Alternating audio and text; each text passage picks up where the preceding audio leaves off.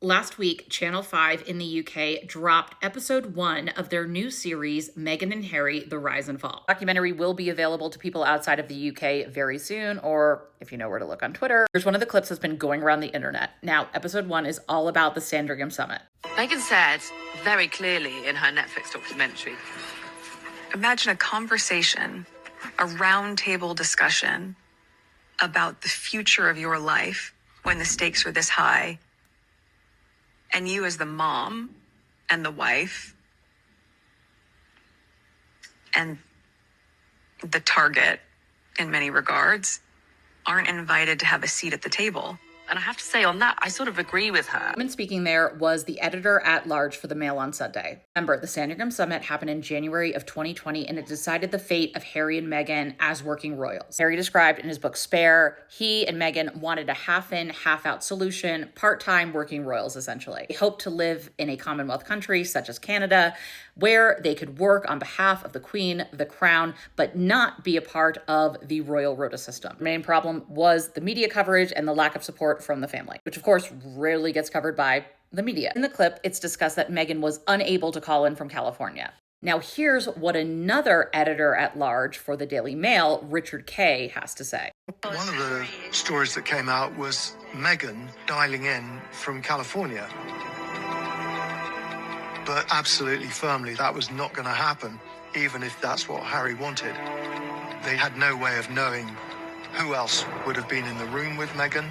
Would there have been someone making notes? That entire answer made me think of the phrase, recollections may vary. Recollections may vary is only possible if there's no threat of a paper trail. It's only possible if there is no way to have accountability. It's sneaky. And it's all very ironic given the fact that part of the couple's complaints were the leaks, true or otherwise, to the media. Byline Times came out with a huge piece a year or two ago about an alleged cash for leak scandal involving aides to the palace. This also got me thinking, what was written at the time about the Sandringham Summit? What specifically did the editor-at-large for the Daily Mail write at the time? Because something in particular felt weird about the comment about Meghan having someone there to take notes or someone else in the room. For starters, why wouldn't you take notes about single-handedly the most important conversation of your life, which will determine the trajectory for the rest of your life? It kind of seems like a time to bring notes. Like, you know, when Elle Woods goes to her first class and she has a fuzzy pen and a little cute notebook, that's when you bring in the Mac. Here's what Richard Kay wrote in 2020. Secrets of the Sandringham Summit. My favorite detail is that one of the other grandsons was there with his friends, and it was like, you have got to go home. Sorry, cut this party short. We got other things to do. Go, shoot. What he wrote at the time was, quote, yesterday it was claimed that the Duchess of Sussex would also be participating in the discussion via telephone link from Canada, where she has been reunited with baby Archie. However, insiders say it is unlikely that there will be an open line from Sandringham to Vancouver. While the Queen has no objection in principle to Skype or conference calls, for clarity's sake, it is more likely that Harry will break off from the negotiations to call the Duchess, says an aide. It's not a complete 180 from what he says in the 2025 documentary. Recent documentary, he's working from a 2025 framework.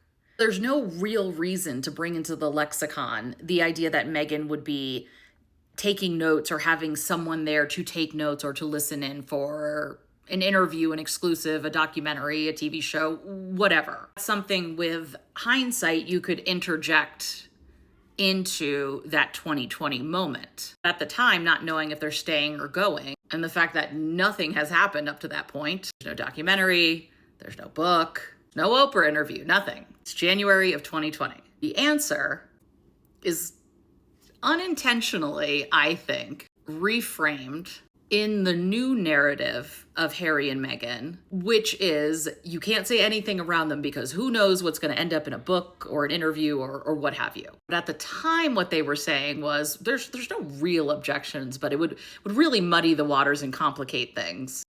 There's like a handful of people in the room. Not to mention, what would add more clarity than having a woman participating in discussions about a decision that impacts the rest of her life? It seems like secondhand information would be the worst thing, actually. Anyway, all of this has inspired me to take a look back at other 2020 Sandringham Summit coverage. I love looking at older pieces. They offer a snapshot in time. Stay tuned for more. Make sure you like, follow, comment, share, all the good stuff.